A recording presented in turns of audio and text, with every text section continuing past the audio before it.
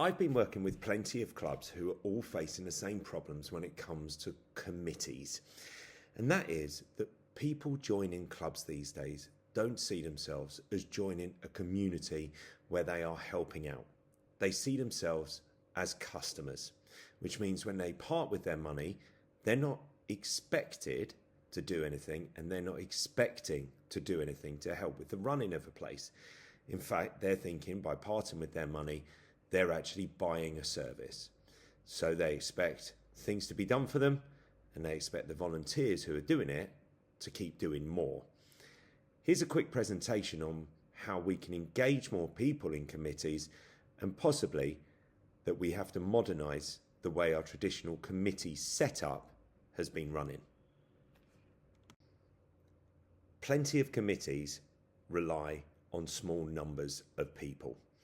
Over the years, what was once a couple of hours here and there of baking a lemon drizzle cake and arranging a tournament has become far more stringent.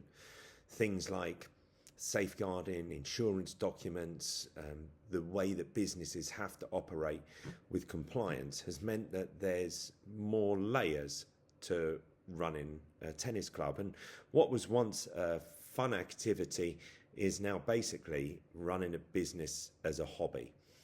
So I'm seeing more and more committees are aging, which of course means that committees are skewed towards people with spare time, and the club can then become an image of that age group. So if a group of 70-plus-year-olds run a club, they're not going to necessarily be in tune with what 30-something-year-olds want from setup and play and facilities.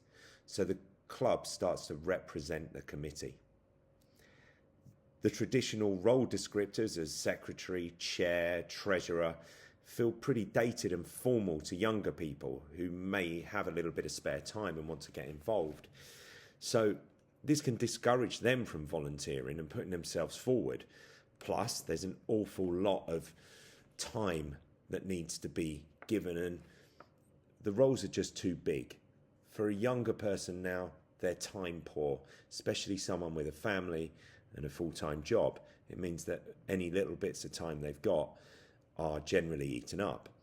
So perhaps, knowing that roles can be too big, we can change the way the roles work. Perhaps committees can have a little injection of a different age group, and we can move away from traditional role descriptors such as junior secretary into something like a young player activator. And we maybe then be able to engage more people into running a club and move away from a customer relationship into more of a community relationship. It's just the word committee and the connotations that are with a committee too intimidating for younger people to want to join. It's something that sounds not fun. It sounds like something their nan may have been on as part of the WI in their local village. So moving away from a committee could a little rebrand like something called a core team, which would represent a traditional committee of volunteers making decisions on behalf of the club, backed up by an activator team, be a way to go. So younger people aren't intimidated by just the very word committee. And it's the same for AGMs. I've been to plenty of AGMs over the year where the AGM itself isn't representative of a generation at the club, or perhaps the generation who would like to start running the club. So formal terms like this seem pretty outdated to younger people. Why not have an annual club huddle or a yearly wrap-up? Offer some sort of free drink, free pizzas, quick chat about how the club is working. Working within your club constitution, of course, but the word AGM does bring an idea that it's a formal gathering with people listening to minutes being read. And why not use technology? Plenty of clubs don't use things like WhatsApp polls, meetings online, anonymous feedback questionnaires, real questionnaires, just to gauge how people are feeling and working within the club.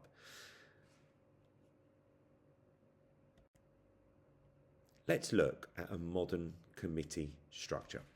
So, formally the chair is the lead. Now, this would be the core team. So the core team is headed up by the lead. Now, the lead is going to have an overall leadership, of course, but be able to keep all of the departments aware of each other's work, schedule some meetings, work within the different factions of the club to ensure that there's a synergy and a smooth running. The core team leaders are split into 5. So an administrator, formerly probably called a secretary, and they're going to be looking at the grounds, the courts, compliance, planning, events, diary things. Maybe there's an annual maintenance, maybe there's court booking technology that needs monitoring, basically dates and all admin that relates to the running of a tennis club. Finance, activators reporting to the finance include tennis manager, pickleball manager, coach and administrator, but anything that is spent would have to go through the finance manager.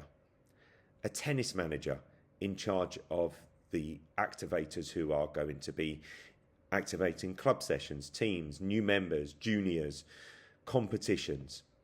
A pickleball or paddle. So many clubs now have a second sport running within. Well, the same as the tennis manager, but with the word pickleball or paddle in front of it. A paddle or pickleball club activator, a paddle or pickleball competition activator, and so on. And then communications. So website, social, WhatsApp communities, email, notice boards. There's no point in doing a load of good work and having a structure if people inside and outside the club don't know it. So communications manager is so important on the committee. The final part of the committee is the coach. Now, we may use a traditional word like coach, but the reality is the coach should be a tennis expert. Your coach should have a knowledge of local clubs, the industry itself, growth opportunities, retention opportunities, latest tournament softwares, LTA guidance, compliance, and so on. So really, the coach is there to lend an educated and informed hand on the conversations and discussions. But I would say, I don't believe the coach should have a voting position on the committee. I feel like their vote is biased, and I think it looks clearer and easier for the membership if the coach is involved in education and informed position without having a power.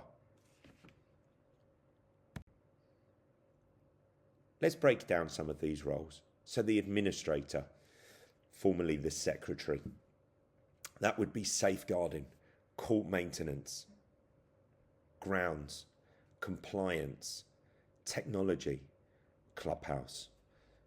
Within that, it may be the clubhouse has a cleaner. It may be the clubhouse needs cleaning. Maybe on the technology front, the club are using 2 or 3 technologies and there's easier ones out there to use, better ones out there, more economical ones out there. So all of these positions here around safeguarding, courts, grounds, clubhouse, compliance and technology are all activators. These are people who could spend some time each month or each week in ensuring that their area of the club is being looked after and they're pulling in the same direction, reporting to the administrator who ultimately reports up to the lead. The finance manager would speak to the pickleball manager and the tennis manager because there's going to be some spending around tournaments, competitions, equipment, balls, those kind of things. The coach. But all committee spending, the bar, membership administration, there's going to be plenty that the finance manager has to do alongside compiling the books, forecasting figures, and making sure that the club stays in a longer term financial situation. Pickleball and tennis activators. It's the same position except with pickleball, paddle or tennis in front of it. But let's pick pickleball as the start here. Club session. So an activator who is in charge of club sessions. The structure, how many courts, how many people, welcoming people in, organising fours perhaps. Coaching, liaise with the coach. Competitions, new member welcomes, socials and juniors, all of these little activator roles play a part and report back to the pickleball manager. And finally, the communications channel. The one comms manager may be in charge of it all, but perhaps there's other people who would like to run a social, run the WhatsApp, have a gauge on the emails, the screen, the websites, whatever it is. These could be small jobs that all report back to the comms, who, again, ultimately will report back to the lead. Recruiting a committee member can be so difficult. So, I would say, have a clear one-paragraph description of the position. We are looking for a new member welcome activator on tennis.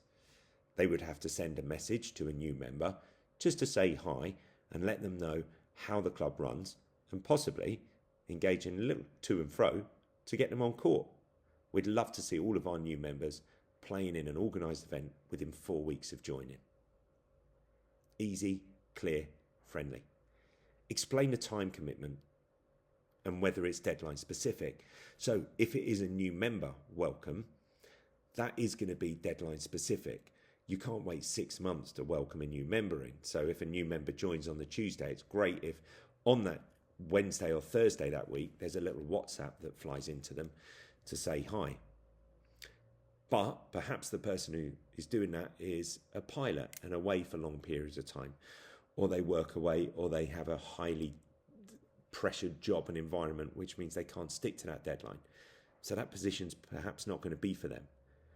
But a grounds position where you've got to check the gates and the courts and the court brushes or the lines, that isn't deadline specific. So when they're back or when they're around, they can have a check over and they can note anything down, report back to the committee or the core team, and then get things changed.